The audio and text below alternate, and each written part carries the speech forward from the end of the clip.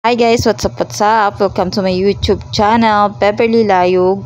So for today's video guys, gagawa ko ng squash ball. Dahil na-miss ko yung vegetable ball na binibili ko sa Las Piñas guys, kumuha naman ako ng sarili kong version. Squash ball naman yung gagawin ko guys. So ayan, pinino ko lang yung kalabasa guys. So konti lang yung gagawin ko guys dahil hindi ako sigurado sa gagawin ko. In short, experiment lang yan guys ang gagawin ko.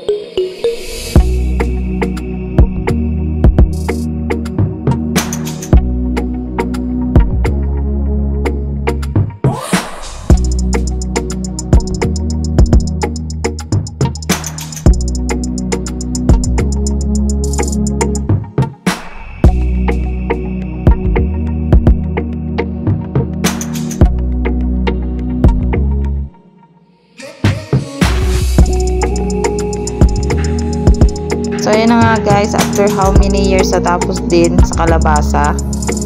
So ilalagyan ko lang siya guys ng onion leaves. Ayan, iiwain ko lang na maliliit guys. Leaves ba yan guys or onion legs? Nabubobo ako. Basta yan na yan guys, alam nyo naman itsura. Lagyan ko lang naman ng ganyan guys para magkaroon man lang ng ibang kulay yung kalabasa. Tingin ko rin kasi mas sasarap yung squash ball ko pag may ganyan.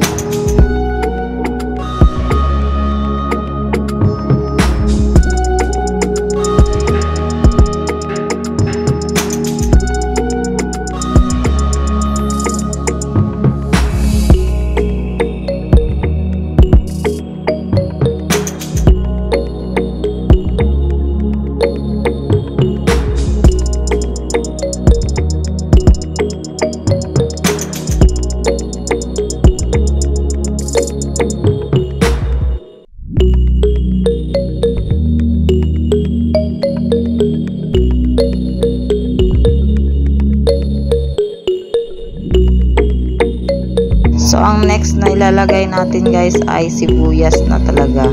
So konti lang yung nilagay ko guys, maliit lang na hiwa.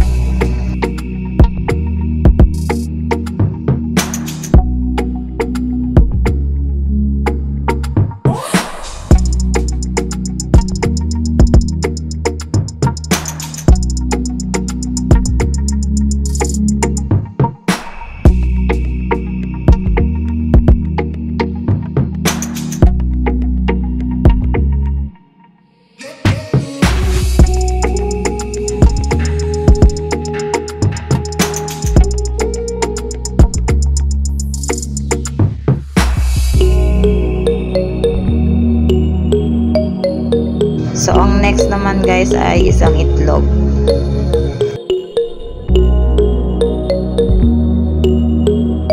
Ang next na naman guys ay harina.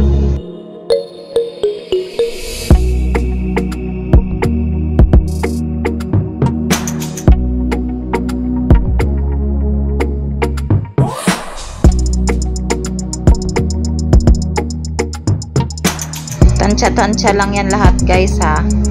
Kasi patsyam lang yan na recipe.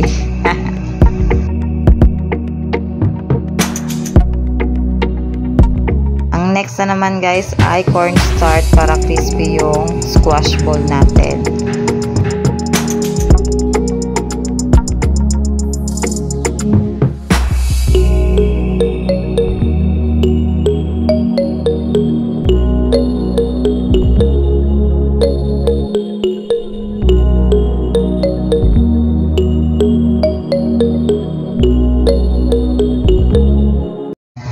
Next na naman guys ay bawang para mabango. Pag nagluluto talaga guys, yan talaga yung ayaw ko, yung magbalat ng bawang. Tsaka sibuyas. Hassle talaga pang magluto ng tapos magbabalat ka pa ng ganyan, no.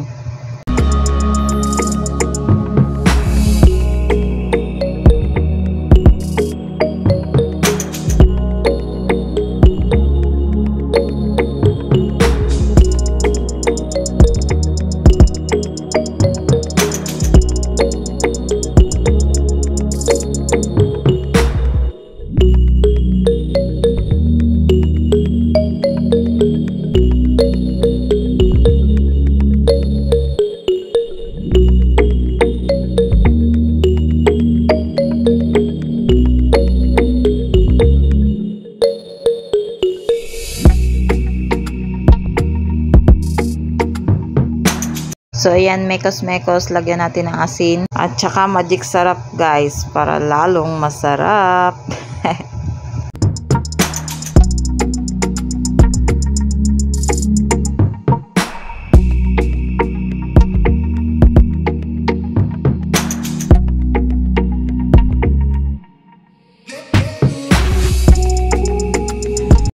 So, ayan, nalagay na natin lahat ng ingredients. I-mix na natin, guys.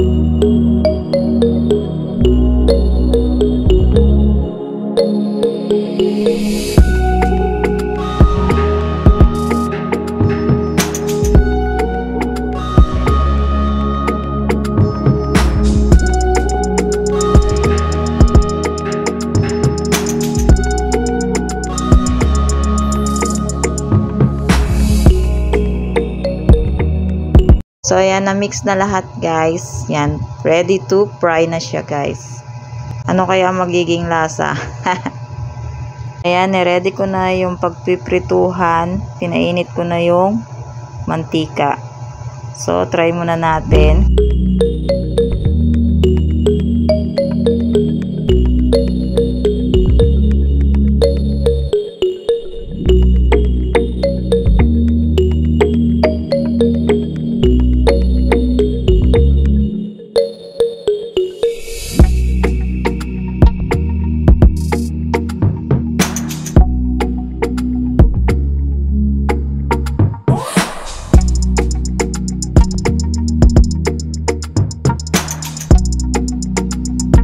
Nakakatuwa, guys, para siyang fishball.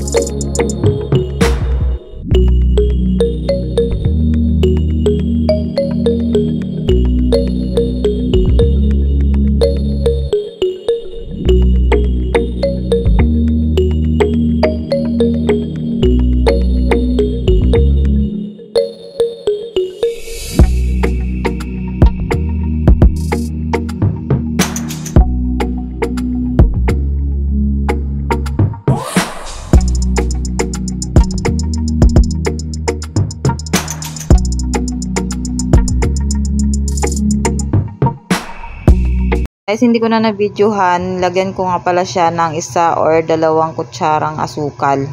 Kasi nung tinikman ko siya, puro alat lang yung lasa niya. Walang nagbabalance. So, kaya naisip kong lagyan ng asukal para magbalance yung lasa niya. Parang adobo lang ba? Yung adobo, pag walang asukal talaga, hindi masarap. Kaya ganun lang yung ginawa ko, guys. So far, so good. Naging good naman yung lasa niya. Kaya tuloy-tuloy na yung pagprito ko dyan. Sarap na sarap nga yung biyanan ko, guys, nung natikman niya. Di wow.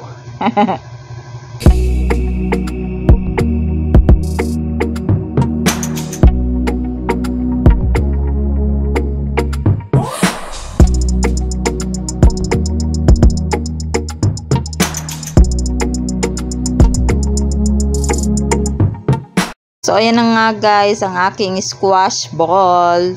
Super sarap niyan, guys. Ang linamnam niya, para siyang fish ball. So, yun lang. Hanggang dito na lang ang aking video. Maraming salamat sa mga nanood. At kung bago ka pa lang sa aking YouTube channel, please subscribe and hit the notification bell para updated kayo palagi sa aking mga video. Bye! Love you all. God bless. Ingat kayo palagi. Mwah!